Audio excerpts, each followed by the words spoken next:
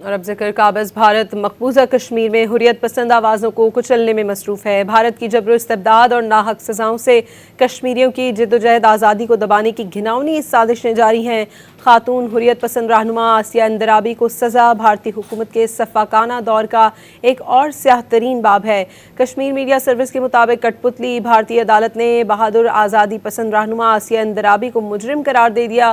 نئی دہلی کی عدالت نے دختران ملت تنظیم کی سربراہ آسیہ اندرابی کو سیاسی مقدمے میں مجرم قرار دیا۔